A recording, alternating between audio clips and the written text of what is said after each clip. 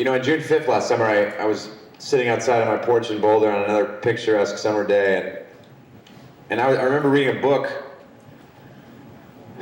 written by a woman back in the 1800s in the turn of the century about spirituality, and I recall how I started to cry, and Pamela walked out on the porch and she said, "What's the matter?" And I smiled, I said, "Nothing's the matter, but something amazing is going to happen to me."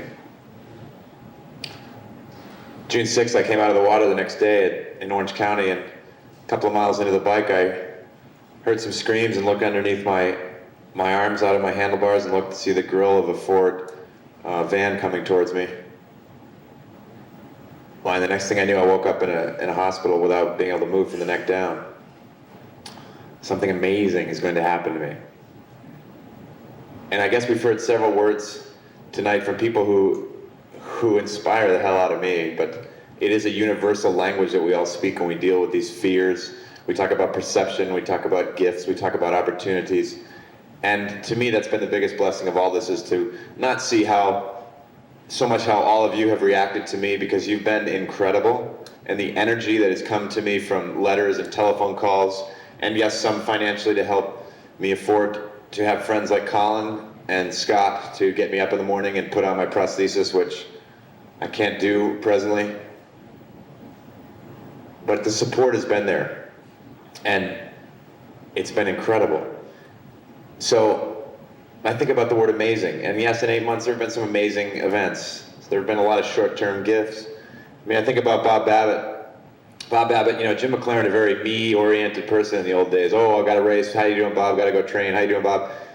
This year, Bob got me out to Kona, thanks to the Gatorade folks, and I said, "How you doing, Bob? And can I buy you a drink?" Which was a nice change to have the time to talk to Bob Babbitt. I think about Scott Zagarino from CS Marketing and Russell Moore from Tinley Reebok. Probably within the same day that I was injured, setting up a phone line so that many of you could call and leave a message, setting up a fund. Think about my friends that helped me. Think about the letters I get from people. You know, and I have to say, across the board, not one single letter came from a triathlete who ever said, "You know, this is really awful." They all said, "We know you can do it." Way before Jim MacLaren said I could do it. I tell you, the first few weeks in ICU, sitting there with a halo screwed into my head, I thought, I'm not up for round number 2. You know, I had a pretty full life. Why didn't I just die? I had a pretty great 30 years. But then slowly, the energy that all of you sent me started to creep back in. And it is, as I believed before about my leg, that behind every tragedy is really a gift.